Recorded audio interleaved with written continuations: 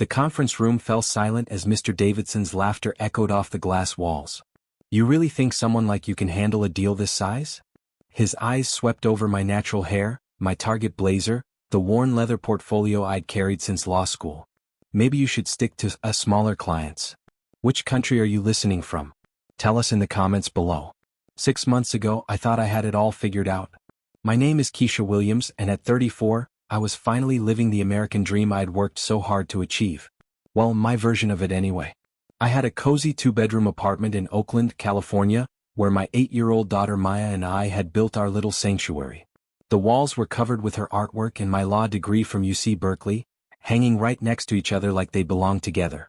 I'd been practicing corporate law for 7 years, working my way up from a junior associate to senior counsel at Morrison & Associates, a mid-sized firm that specialized in mergers and acquisitions. It wasn't the biggest name in the Bay Area, but it was respectable, and more importantly, it paid enough for me to give Maya the life I'd dreamed of when I was her age, living in my grandmother's cramped apartment in West Oakland. Every morning I'd wake up at 5:30 a.m., make Maya's breakfast, help her pick out her school clothes, and drive her to Jefferson Elementary before heading to my office in downtown San Francisco. The commute across the Bay Bridge gave me time to think, to prepare for whatever corporate battles awaited me that day. I'd blast neo-soul music, sipping my coffee from the travel mug Maya had decorated with stickers that read "World's Best Mom" and "Future President Maya Williams." Those were peaceful mornings. Maya would chatter about her friends, her teacher Ms. Rodriguez, or whatever book she was reading. She was brilliant, my daughter, already reading at a high school level and asking questions that made me proud and worried in equal measure. "Mom, why don't we have a daddy at home like Sarah does?" she'd asked just last week, and I'd given her the same answer I always did. Because we're a perfect team of two, baby girl. Sometimes the best families come in all different shapes and sizes. I'd worked hard to create stability for us both. My colleagues respected my work ethic, my attention to detail, and my ability to navigate complex deals. I'd closed several major acquisitions in the past year, earning the firm millions in fees. My boss, Patricia Morrison, had hinted at a partnership track, something that felt like validation for all those late nights studying, all those years of proving myself in rooms where I was often the only black woman. But success hasn't made me naive. I knew the world we lived in. I'd felt the subtle shifts in conversation when I walked into certain rooms, the way some clients' eyes would linger a beat too long on my appearance, the polite but distant way some opposing counsel would address me compared to my white colleagues. I'd learned to navigate these waters carefully, dressing conservatively, speaking in the perfectly modulated tone I'd perfected in law school, always being prepared beyond measure. I thought I'd found my place in corporate America. I thought I'd earned my seat at the table through merit, through results, through sheer determination. I thought that in 2024, in the Bay Area of all places, my expertise would speak louder than any preconceived notions about who I was or where I came from. I was about to learn how wrong I was. The call came on a Tuesday morning in March. Patricia Morrison's voice was excited, almost breathless. "Keisha, I need you in my office immediately. We've got something big." I straightened my blazer, grabbed my notepad, and walked down the hallway to her corner office. Patricia was a sharp woman in her 50s, silver-haired and commanding, who'd built Morrison & Associates from the ground up.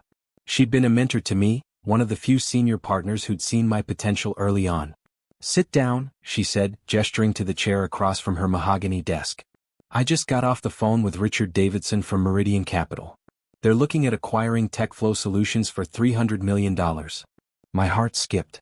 TechFlow was one of the fastest-growing software companies in Silicon Valley, and Meridian Capital was a major private equity firm. This was exactly the kind of deal that could make careers. "They want us to handle the due diligence and documentation," Patricia continued. "Richard specifically asked for our best senior counsel. I'm putting you on lead." I felt a surge of pride mixed with nervous energy. This was it, the kind of opportunity I'd been working toward my entire career. "I won't let you down, Patricia. I know you won't. The initial meeting is Thursday at 2 p.m. at Meridian's offices. Richard will be there with his team, plus TechFlow CEO Jennifer Chin. This is high stakes, Keisha. Everything needs to be perfect." I spent the next 2 days preparing like my life depended on it. I researched every aspect of both companies, analyzed comparable deals, prepared detailed timelines and checklists. I bought a new blazer from Nordstrom, had my hair professionally styled, and practiced my presentation until I could deliver it flawlessly. Maya noticed my intensity. "Mom, you're walking around like you're going to meet the president. she said Wednesday night as I reviewed documents at our kitchen table. This is really important, baby. This deal could change everything for us. You're already the smartest person I know, she said, wrapping her arms around my neck. Those people are lucky to have you. If only she knew how much I needed to hear that. Thursday arrived gray and drizzly, typical San Francisco weather. I dressed carefully in my new navy blazer, white blouse and black slacks. Professional but not too formal, confident but not aggressive. I'd learned to calibrate my appearance to make others comfortable, a skill I hated that I'd had to develop. Meridian Capital's offices occupied 3 floors of a gleaming tower in the financial district. The lobby was all marble and glass, with modern art that probably cost more than my annual salary. I checked in with the receptionist, a young blonde woman who looked like she'd stepped out of a magazine. Ms. Williams for the 2 p.m. meeting with Mr. Davidson, I said, offering my business card. She looked at it, then at me, then back at the card. I'll let them know you're here. I waited in the lobby for 10 minutes, watching important-looking people in expensive suits stride purposefully across the marble floor. Finally, a young man in a gray suit approached. Ms. Williams? I'm Brad, Mr. Davidson's assistant. Please follow me. We rode the elevator to the 32nd floor in silence. Brad led me down a corridor lined with awards and photos of handshakes between men in suits.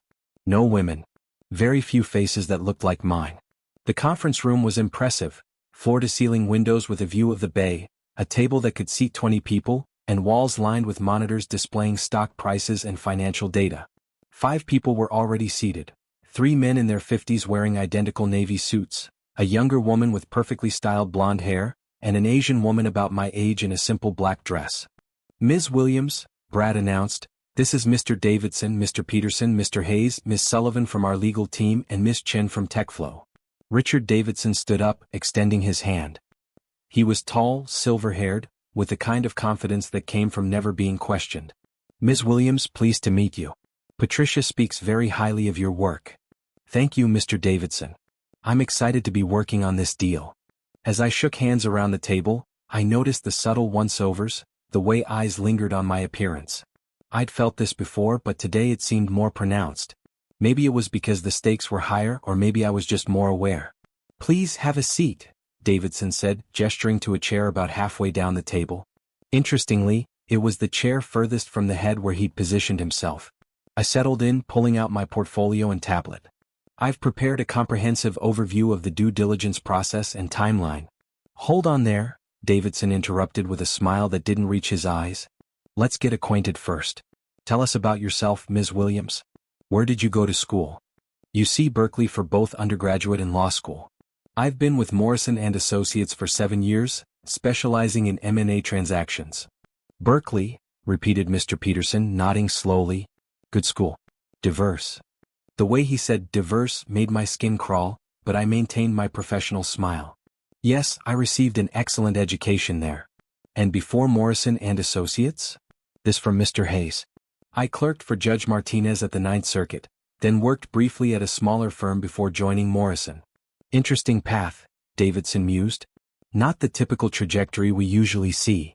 I felt my shoulders tense. I've found that diverse experiences often provide unique perspectives on complex transactions. Davidson leaned back in his chair. Of course.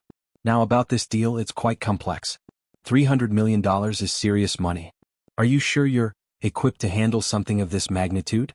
The question hung in the air like smoke. I'd handled deals worth similar amounts, but something in his tone suggested he already knew my answer wouldn't matter. I've successfully closed several transactions in the $200 to $400 million range, I replied evenly. Most recently, the acquisition of Datadyne by Northstar Technologies for $280 million. Right, Davidson said, waving his hand dismissively. But that was a different kind of deal.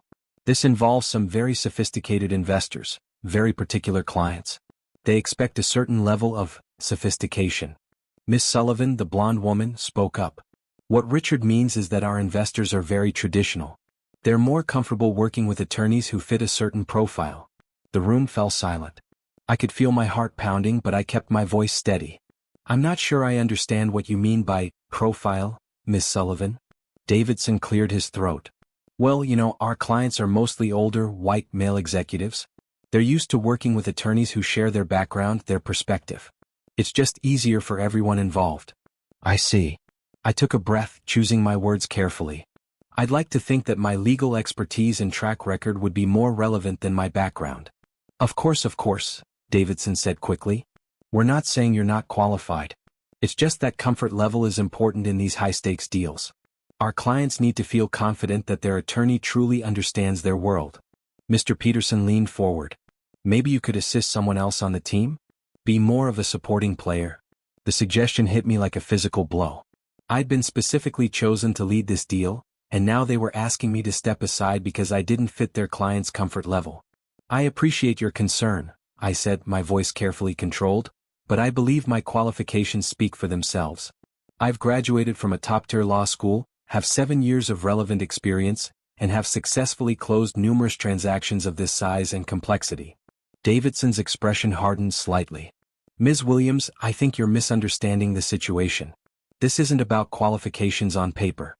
This is about relationships, about trust, about clients feeling comfortable investing hundreds of millions of dollars.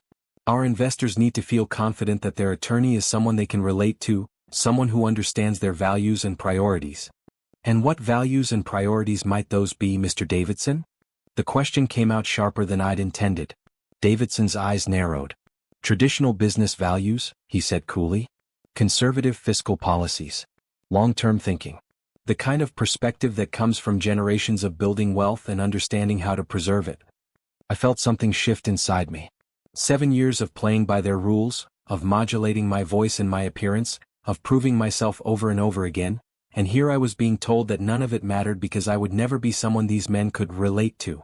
I find it interesting, I said, that you're questioning my ability to understand wealth building and preservation, considering that I've personally generated over $50 million in fees for my firm over the past 3 years. Davidson's laugh was sharp and dismissive. $50 million in fees isn't the same as managing $300 million in assets, Ms. Williams. The sophistication level is completely different. How so? Well, for one thing, you're dealing with family money. Generational wealth. These aren't tech entrepreneurs who got lucky with an IPO. These are families who've been building wealth for decades, who understand the subtle complexities of maintaining and growing substantial assets. Ms. Sullivan nodded. It's about cultural fit, really? Our clients need to feel that their attorney understands their lifestyle, their priorities, their concerns. Such as legacy planning, charitable giving strategies, private school networks, country club memberships. Peterson rattled off. The kind of considerations that come with real wealth. I stared at him. Are you suggesting that I'm not capable of understanding these concepts because of my background? I'm suggesting, Davidson said, his voice taking on a patronizing tone, that there are certain nuances to working with high-net-worth families that might be outside your experience level. The room was quiet except for the hum of the air conditioning. I could feel Jennifer Chen's eyes on me, sympathetic but cautious. Miss Sullivan was studying her manicured nails. The 3 men were looking at me with expressions that ranged from uncomfortable to barely concealed disdain. Let me make sure I understand this correctly, I said slowly. You're telling me that despite my education, my experience, and my track record, I'm not suitable to lead this deal because your clients might not feel comfortable working with someone who looks like me? That's not what we're saying at all, Davidson replied quickly. We're simply noting that client comfort is an important factor in these transactions. It's not personal. It feels pretty personal to me. Davidson's facade of politeness finally cracked. Look, Ms. Williams, I'm trying to be diplomatic here. But the reality is that this deal involves some very traditional, very conservative investors. They're not going to feel comfortable handing over $300 million to someone who reminds them of their housekeeper. The words hit me like a slap. The room went completely silent. I could hear my own heartbeat, feel heat rising in my cheeks. Excuse me? I said quietly. Davidson seemed to realize he'd crossed a line, but instead of backing down, he doubled down. I'm just being honest about the reality of the situation. These are older, traditional men who are used to working with attorneys who share their background. They're not going to feel confident working with someone who doesn't understand their world. And what world is that, exactly? The world of real wealth, real power, real influence. His voice was getting sharper, more aggressive. Not the affirmative action version of success, but the real thing. The room erupted in uncomfortable murmurs. Miss Sullivan looked mortified. Mr. Peterson was staring at the table. Mr. Hayes was shifting uncomfortably in his chair. Richard, Miss Sullivan said quietly, maybe we should? No, let's be clear about this, Davidson interrupted. Ms. Williams, I'm sure you're very good at what you do. But this is the big leagues. This is where deals get made by people who've been doing this for generations. Our clients need to feel that their attorney is someone they can trust, someone who understands their perspective, someone who fits into their world. I stood up slowly, my legs shaking slightly. I think I understand perfectly, Mr. Davidson. Your clients don't want to work with me because I'm black. That's exactly what this is. My voice was steady now, controlled. You've spent the last 20 minutes telling me that I'm not sophisticated enough, not traditional enough, not the right cultural fit. You've questioned my ability to understand wealth and success. You've suggested that I remind your clients of their housekeeper. This is textbook discrimination, Mr. Davidson. Davidson's face was red now. You're being overly sensitive. This is business, not personal. Business. I laughed, but there was no humor in it.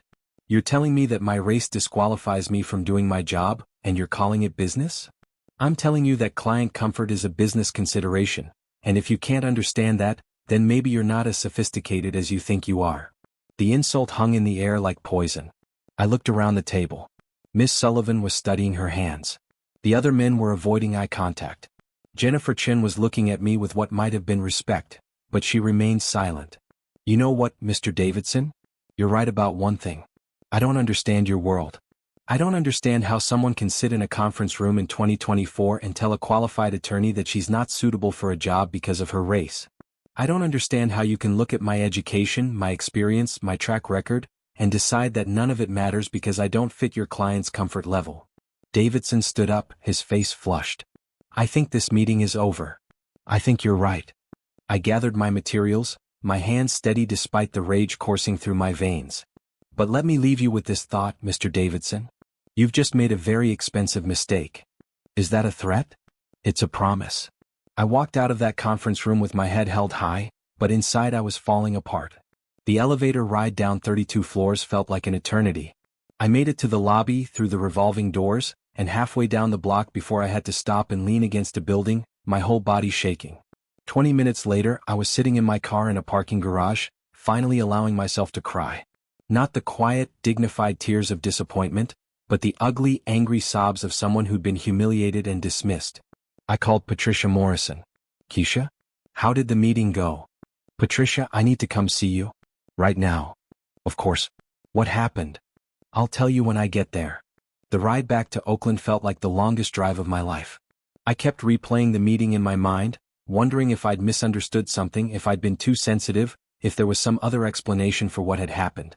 But no matter how many times I went over it, the conclusion was the same. I'd been dismissed because of my race. Patricia Morrison's office felt like a sanctuary when I walked in 45 minutes later. She took one look at my face and closed the door behind me. Sit down and tell me everything. I recounted the meeting in detail, from Davidson's initial comments about my trajectory to his final insult about housekeepers. Patricia's expression grew darker with each revelation. That bastard, she said when I finished. I've worked with Richard Davidson for 15 years. I never thought he was capable of this. What do we do now? Patricia was quiet for a long moment, staring out her window at the San Francisco skyline. We need to be very careful about how we handle this, Keisha. Davidson is powerful, well-connected. If we move against him, we need to be absolutely certain we can win. Are you suggesting we don't fight this? I'm suggesting we think strategically. Morrison and Associates does a lot of business with Meridian Capital. They're one of our biggest clients. If we accuse them of discrimination without ironclad proof, it could destroy our relationship with them. I felt something cold settle in my stomach. Patricia, are you telling me that our business relationship with them is more important than what happened to me in that room? I'm telling you that we need to consider all the angles. What Davidson said was inexcusable, but it was also said in a private meeting with no recording. It would be your word against his, and his word carries a lot of weight in this industry. So we just let it go? I didn't say that. But we need to be smart about this. Let me make some calls, see what our options are. I left Patricia's office feeling more defeated than I had after the meeting with Davidson. At least his racism had been honest, direct. This felt like betrayal wrapped in corporate caution. I picked up Maya from her after-school program, trying to paste a smile on my face. She was excited about a science project she was working on, chattering about solar energy and renewable resources. Her enthusiasm was infectious, and for a few minutes I almost forgot about the disaster of my day. "Mom, you look sad," she said as we sat at the kitchen table with her homework spread out in front of us. "Just a tough day at work, baby? Want to talk about it?" I looked at my 8-year-old daughter, so wise beyond her years, and felt my heart break a little. How could I explain to her that the world still saw us as less than? That no matter how hard we worked, how much we achieved, there would always be people who looked at us and saw only our skin color? "Some people at work weren't very nice to me today," I said carefully. "Why?" "Because I'm different from them." Maya frowned. "Different how?" "Different in the way I look, the way I sound, where I come from." "That's stupid. You're the smartest person I know." "Thank you, baby. That means everything to me." That night, after Maya went to bed, I sat at my kitchen table with a glass of wine and my laptop, researching employment discrimination law. I'd specialized in corporate law, but I knew the basics. The problem was proving it. Davidson had been careful not to explicitly state that my race was the issue, hiding behind euphemisms about cultural fit and client comfort. I thought about calling a discrimination attorney, but Patricia's words echoed in my mind. Davidson was powerful, well-connected. Going up against him would be a battle, and I wasn't sure I had the energy for a war. The next morning, I dragged myself to the office, hoping that Patricia had found some magical solution overnight. Instead, I found her in her office with a grim expression. "I made some calls," she said without preamble. "The consensus is that we have a difficult case." Davidson's comments were offensive, but they were also vague enough that a good attorney could argue alternative interpretations. Alternative interpretations? He could claim he was concerned about your experience level, not your race. He could argue that client comfort is a legitimate business consideration. He could paint it as a misunderstanding. I sat down heavily in the chair across from her desk. "So he gets away with it." "I'm not saying that. But a discrimination lawsuit would be expensive, time-consuming, and uncertain. Even if we won, it could take years. And in the meantime? In the meantime, we move forward. There will be other deals, other opportunities." I wanted to scream. I wanted to flip her desk over and walk out. Instead, I nodded and went back to my office, where I stared at my computer screen for hours without accomplishing anything. Over the next few days, word of what had happened began to spread through the office. My colleagues' reactions ranged from outrage to sympathy to uncomfortable silence. A few people made a point of stopping by my office to express their support, but I could see the pity in their eyes. I'd become the victim, the cautionary tale, the reminder of how far we still had to go. Jennifer Chin called me the following Tuesday. "Keisha, I wanted to reach out about what happened in that meeting. I've been thinking about it all week." "Thank you, Jennifer. I appreciate that. What Davidson said was completely unacceptable. I should have spoken up in the moment, and I'm sorry I didn't. You were in a difficult position. That's no excuse. I've been in situations like that before, and I know how isolating it can feel. I wanted you to know that not everyone in that room agreed with what happened. It was a small comfort, but I appreciated it. At least someone had witnessed Davidson's behavior and recognized it for what it was." "I also wanted to tell you something else," Jennifer continued. "I've been having second thoughts about this deal. Working with Davidson and his team doesn't feel right anymore." "Jennifer, you don't have to." "I know I don't have to. But I want to. This deal isn't just about the money. It's about who I choose to work with, who I choose to validate with my business." After she hung up, I felt a spark of something I hadn't felt in days: hope. Maybe I couldn't fight Davidson directly, but maybe there were other ways to hold him accountable. I started researching Davidson's history, his firm's track record, their other deals. I wasn't looking for anything specific, just trying to understand who I was dealing with. What I found was interesting.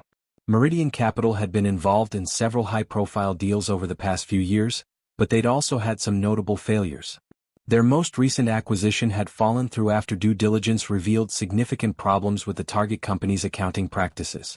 Before that, they'd overpaid for a tech startup that had collapsed within 18 months. I dug deeper, looking at the attorneys they'd worked with on previous deals. The pattern was clear: white, male, Ivy League educated, connected to old money families.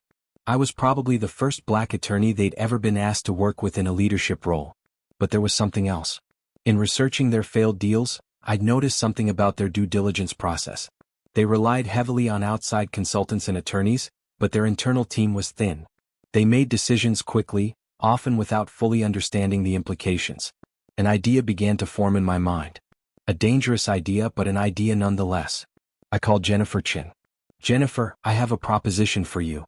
"What kind of proposition?" Jennifer's voice was cautious but curious. I want to help you walk away from this deal. Not just walk away, but do it in a way that sends a message. I'm listening. I've been researching Meridian Capital. They're not as sophisticated as they pretend to be. Their due diligence process is sloppy, their decision-making is impulsive, and they have a track record of overpaying for acquisitions. Okay. What if I told you that I could help you structure a counteroffer that would expose their weaknesses while protecting your company's interests? Jennifer was quiet for a long moment. That sounds risky. It is risky. But it's also an opportunity. You could walk away from this deal with your reputation intact while making it clear that you won't work with people who discriminate. And what's in it for you? Justice. Accountability. The satisfaction of watching Richard Davidson explain to his investors why he lost a $300 million deal because he couldn't keep his prejudices in check. Another pause. What do you need from me? Time. And trust. I need you to be willing to play a longer game. I'm in. What I proposed to Jennifer was audacious, legally complex, and potentially career-ending if it backfired. But it was also brilliant, if I do say so myself. The plan was this. Jennifer would appear to go along with Meridian's request for a different attorney, but she would insist on specific terms for the due diligence process. Terms that would seem reasonable on the surface but would actually create a trap for Davidson and his team. I spent the next week crafting the perfect proposal. On the surface, it looked like a standard due diligence timeline with reasonable milestones and deliverables.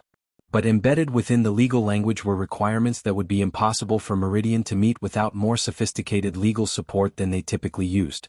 The beauty of the plan was that it would force Davidson to either admit that his objections to me were based on prejudice rather than qualifications, or prove that his sophisticated legal team was actually inadequate for the task at hand. Jennifer presented the proposal to Davidson the following Friday. Ms. Chin, these requirements seem unnecessarily complex, Davidson said during their phone call, which Jennifer had put on speaker so I could listen in. They're standard for a transaction of this size, Jennifer replied smoothly. Any qualified legal team should be able to handle them. Of course we can handle them. It's just that some of these provisions seem unusual. Unusual how? Well, for instance, this requirement for environmental impact assessments on all subsidiary holdings. That's not typically part of a software acquisition. TechFlow has investments in several clean energy startups. Environmental considerations are crucial for our long-term strategy. It was a reasonable explanation, and Davidson couldn't argue with it without seeming uninformed about the company he was trying to acquire. And this provision about intellectual property audits covering all international subsidiaries? We operate in 12 countries. IP protection is essential. Again, reasonable. Davidson was starting to sound frustrated. I just think we might be overcomplicating things. Mr. Davidson, you said you needed an attorney who understood sophisticated transactions. These provisions are standard for deals of this complexity. If your legal team isn't equipped to handle them, perhaps we should reconsider the transaction. I had to bite my lip to keep from laughing. Jennifer was delivering the lines perfectly. Of course our legal team can handle them, Davidson said quickly. I'll have Ms. Sullivan review the requirements and get back to you with a timeline. Excellent. Oh, and Mr. Davidson? Given the complexity of these requirements, I'll need to be closely involved in the due diligence process. I hope that won't be a problem. Of course not. We value your input. After the call ended, Jennifer and I spent an hour going over the next phase of the plan. Davidson would assign the due diligence work to his internal team, led by Ms. Sullivan. But the requirements I'd embedded in the proposal would quickly reveal that they were in over their heads. The environmental impact assessments alone would require specialized expertise that Meridian didn't have in-house. The IP audits would need to be conducted by attorneys familiar with international patent law. The financial due diligence would require forensic accounting skills that went beyond their typical M&A work. Within 2 weeks, Davidson would be forced to either admit that his team wasn't qualified for the job, or hire expensive outside consultants that would eat into his firm's profits. Either way, he'd be facing a choice: swallow his pride and ask for help, or watch the deal fall apart. I didn't have to wait long to find out which path he'd choose. Miss Sullivan called Jennifer the following Wednesday, her voice tight with frustration. Miss Chin, we're having some difficulty with the environmental assessment requirements.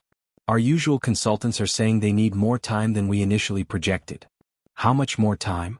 Possibly 6 to 8 weeks, depending on the complexity of the subsidiary holdings. That's unacceptable. We agreed on a 4-week timeline for this phase. I understand, but these requirements are quite extensive. We're not sure why environmental assessments are necessary for a software acquisition. Jennifer's voice was crisp, professional. Ms. Sullivan, are you suggesting that your team isn't qualified to handle this level of due diligence? Of course not. We're just saying that the requirements seem unnecessarily complex. They're only complex if you don't have the right expertise. Perhaps you should consult with someone more experienced in these types of transactions. The implication was clear, and Ms. Sullivan couldn't miss it. They needed help, and they needed it from someone who actually understood sophisticated transactions. We'll figure it out, Ms. Sullivan said stiffly. I'm sure you will. But Ms. Sullivan? If your team isn't equipped to handle this level of complexity, we should know sooner rather than later. TechFlow can't afford delays caused by inadequate legal support. After the call ended, Jennifer and I waited. We didn't have to wait long. Davidson called Jennifer directly that afternoon. Ms. Chin, I think we need to discuss the due diligence requirements. Some of them seem excessive for a deal of this type. Mr. Davidson, you assured me that your team was sophisticated enough to handle complex transactions. Are you now saying that's not the case? I'm saying that some of these requirements are unusual, and they're creating unnecessary complications.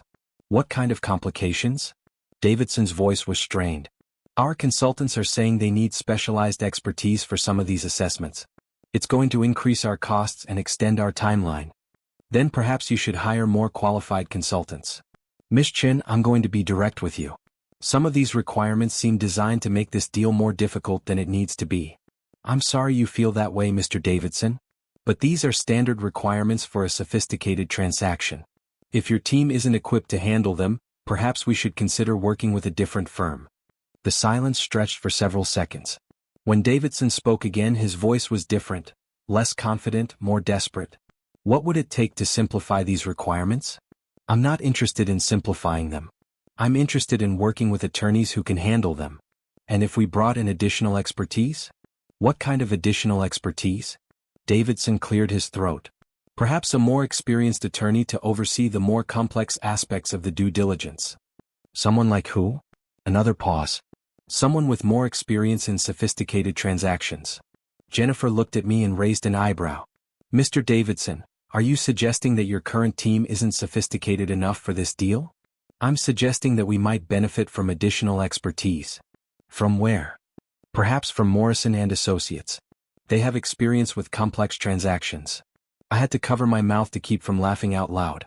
Davidson was essentially admitting that he needed the attorney he'd rejected based on her race. Morrison and Associates? Jennifer said innocently. Didn't you already reject their attorney? There was a misunderstanding about the scope of work required. What kind of misunderstanding? Davidson's voice was getting tighter. We initially thought the deal would be more straightforward than it appears to be.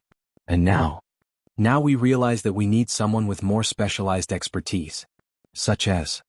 Someone who understands complex due diligence requirements, international IP law, environmental assessments for tech companies with subsidiary holdings.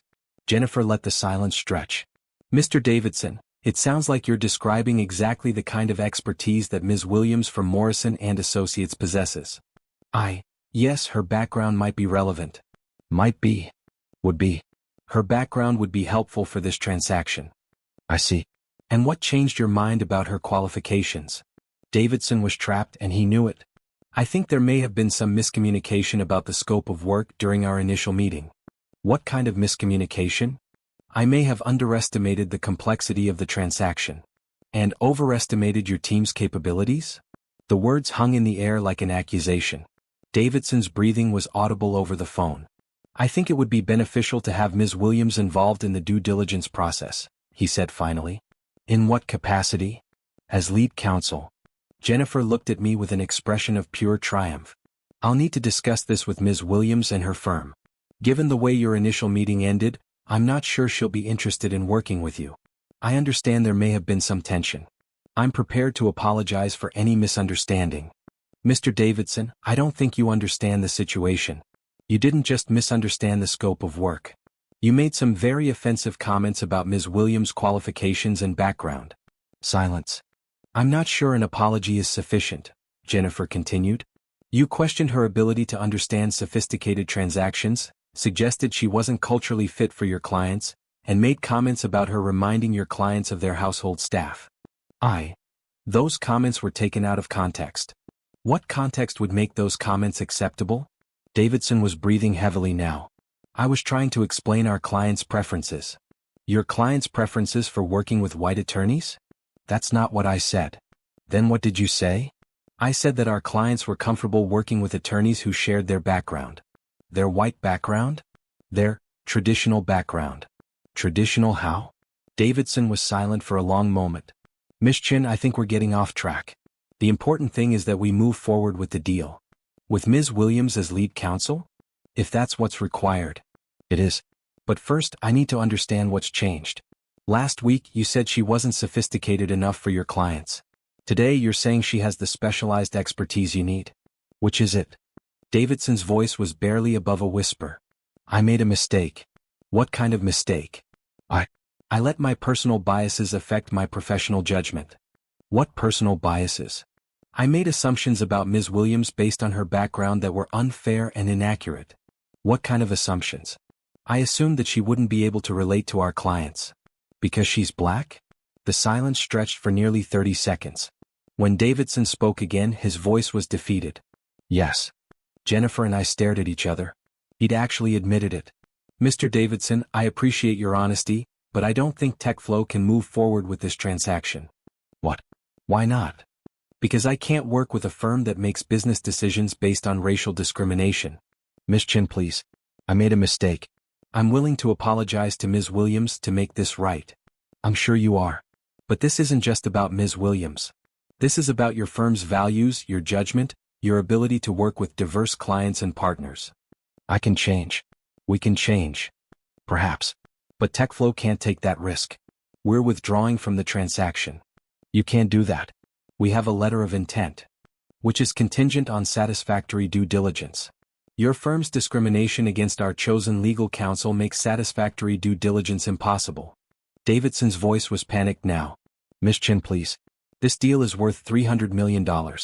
You're walking away from $300 million because of a misunderstanding? I'm walking away from $300 million because I refuse to validate discrimination with my business. I'll fire everyone involved. I'll bring in a completely new team. Mr. Davidson, you were the one who made the discriminatory comments. Are you planning to fire yourself? The call ended in silence. The news of TechFlow's withdrawal from the Meridian Capital deal hit the financial press within hours. Jennifer Chin had prepared a statement that was carefully worded but devastatingly clear. TechFlow Solutions has decided to withdraw from the proposed acquisition by Meridian Capital due to fundamental differences in values and business practices. We cannot in good conscience work with partners who make business decisions based on discriminatory attitudes toward legal professionals. We remain committed to working with firms that share our values of inclusion, respect, and merit-based evaluation of professional qualifications. The statement didn't mention race explicitly, but it didn't need to. The implication was clear to anyone who understood corporate euphemisms. Within 24 hours, my phone started ringing. First, it was Patricia Morrison. Keisha, I just read the news about TechFlow. Did you have something to do with this? I provided advice to a client who was concerned about the legal representation of her deal. This is huge. Davidson is going to be furious. I imagine he is. Are you prepared for the backlash? I'm prepared for whatever comes. But I wasn't prepared for what came next. The story began to spread through Silicon Valley's tight-knit network of entrepreneurs, investors, and executives. Jennifer Chin was well respected in the tech community, and her public stance against discrimination resonated with many of her peers. By the end of the week, 3 other companies had quietly withdrawn from deals with Meridian Capital. Not because of any legal issues, but because they didn't want to be associated with a firm that had been publicly called out for discriminatory practices. The real blow came when the Wall Street Journal ran a story about the incident. Someone, I suspected it was Ms. Sullivan, who had been in the room and witnessed Davidson's comments, had leaked details about the meeting to the press. The headline read, Tech CEO walks away from $300 million deal after alleged discrimination against black attorney. The article was devastating. It quoted anonymous sources who described Davidson's comments about my qualifications, his suggestions about client comfort levels, and his comparison of me to household staff. It also included Jennifer's statement and reactions from other tech executives who praised her stance. Davidson tried to contain the damage with a statement of his own. Meridian Capital is committed to diversity and inclusion in all aspects of our business. We regret any misunderstanding that may have occurred during our discussions with TechFlow Solutions and look forward to working with qualified professionals from all backgrounds. But the damage was done. The story had legs, and it sparked a broader conversation about discrimination in the financial industry. Op-ed writers weighed in, diversity advocates cited it as an example of ongoing systemic problems, and other women of color began sharing their own experiences with discrimination in corporate settings. I found myself at the center of a media storm I hadn't expected. Reporters called my office, diversity organizations invited me to speak at conferences, and law students reached out asking for advice about dealing with discrimination in their careers. The attention was overwhelming, but it was also validating. For years, I dealt with subtle discrimination, microaggressions, and assumptions about my capabilities. Now, suddenly, people were talking about these issues openly, and my experience was being seen as part of a larger pattern that needed to be addressed. The most satisfying moment came 3 weeks after the story broke. I was in my office working on a new deal for a tech startup, when my assistant buzzed me. "Keisha, there's a Richard Davidson on line 2. I stared at the phone for a moment, then picked it up. "Mr. Davidson. Ms. Williams, I wanted to call and apologize for what happened in our meeting." "I see. I behaved inappropriately and I said things that were offensive and inexcusable. I let my personal biases affect my professional judgment, and I'm sorry." "What prompted this apology, Mr. Davidson?" "I've been doing a lot of thinking about what happened and I realize I was wrong. I also wanted to ask if you might be willing to work with us on future deals." I almost laughed. "You want to hire me? I think you're a talented attorney, and I'd like the opportunity to work with you. 3 weeks ago you said I reminded your clients of their housekeeper. Now you want to work with me? I made a terrible mistake. I'm hoping you can find it in your heart to forgive me." "Mr. Davidson, I appreciate your apology, but I don't think we'd be a good fit for each other." "Please, Ms. Williams. I'm trying to make this right." "You want to make this right? Stop making hiring decisions based on race. Stop assuming that your client's prejudices are more important than qualified representation. Stop perpetuating a system that excludes people who don't look like you." "I will. I promise." "Then we don't need to work together. You can make those changes without me." I hung up the phone and sat back in my chair, feeling something I hadn't felt in years: complete satisfaction. The impact of the TechFlow incident extended far beyond my personal situation. Jennifer Chin became a vocal advocate for diversity in the tech industry, using her platform to highlight discrimination and push for change. Several other companies began reviewing their policies around vendor selection and legal representation. Meridian Capital, meanwhile, struggled to recover from the reputational damage. They hired a diversity consultant, implemented new training programs, and made public commitments to inclusive practices. But they also lost several major deals as clients questioned their judgment and values. Richard Davidson eventually left the firm, citing a desire to pursue other opportunities. Industry insiders knew better. He'd been forced out by partners who blamed him for the company's damaged reputation and lost business. As for me, the experience transformed my career in ways I never expected. The attention from the case brought new clients, speaking opportunities, and professional recognition. But more importantly, it gave me a sense of purpose I'd been missing. I started mentoring young lawyers of color, sharing my experience and helping them navigate the challenges of practicing law in environments where they might not always be welcomed. I joined the board of a legal diversity organization and began speaking at conferences about inclusion in the legal profession.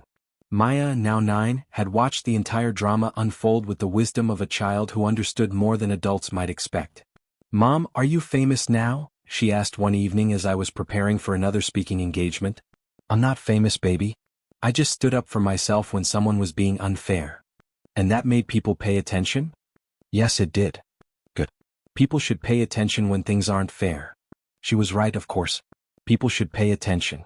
And sometimes, it takes someone willing to risk everything to make them notice. 6 months later, I stood in front of a packed auditorium at UC Berkeley Law School, looking out at a sea of faces that looked like mine, young, hopeful, determined. They were the next generation of lawyers, and many of them would face the same challenges I'd faced. "You're going to encounter people who question your qualifications," I told them. "You're going to sit in meetings where you're the only person who looks like you. You're going to be asked to prove yourself over and over again, while others get the benefit of the doubt." I paused, thinking about that conference room at Meridian Capital, about Davidson's dismissive laughter, about the moment when I'd realized that no amount of preparation or qualification would matter to some people. But here's what I want you to remember, I continued. Your worth isn't determined by other people's prejudices.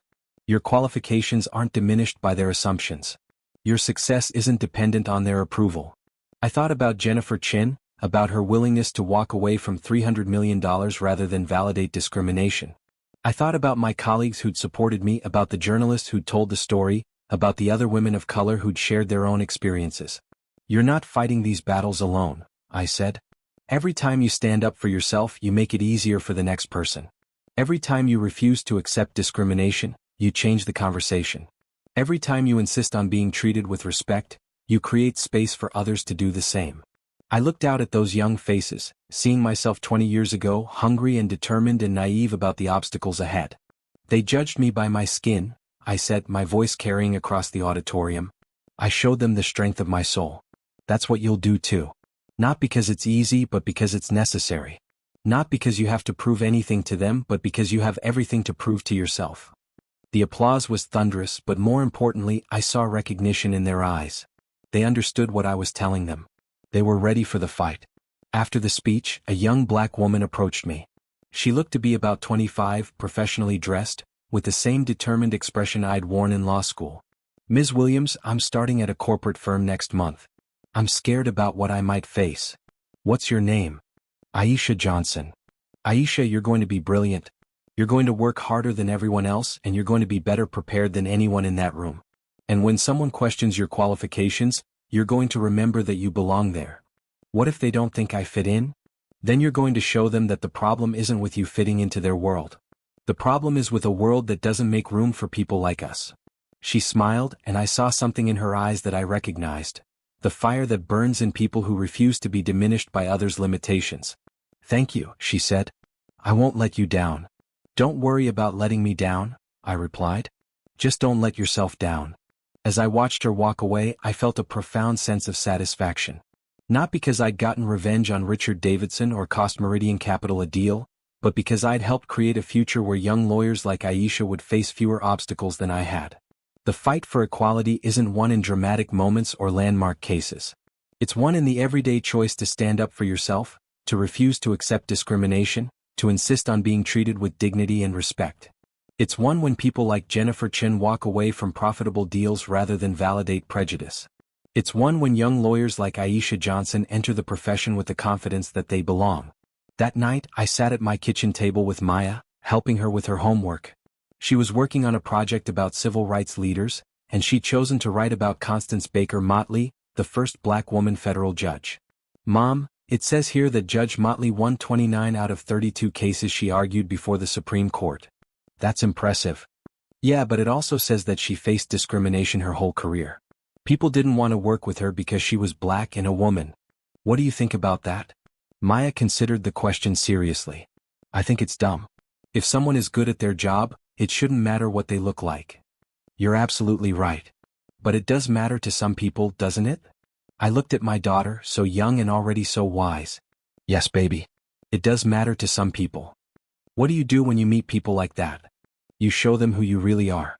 You work harder, you stay strong, and you never let them convince you that you're less than you are. Like you did with that mean man? Like I did with that mean man.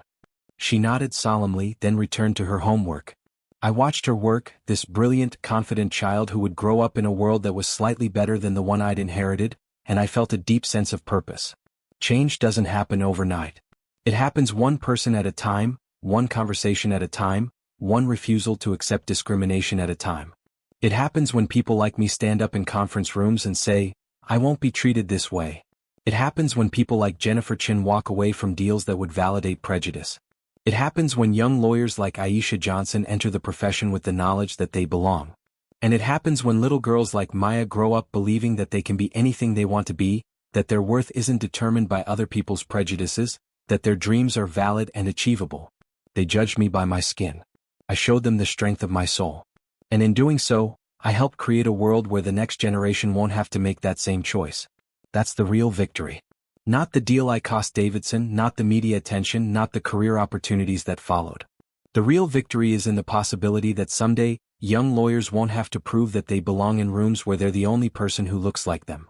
The real victory is in the hope that discrimination will become so unacceptable, so costly, so socially and professionally damaging, that people will stop practicing it not because it's illegal, but because it's simply no longer tolerable. The real victory is in the knowledge that every time we stand up for ourselves, we make it easier for the next person to do the same. And that's a victory worth fighting for.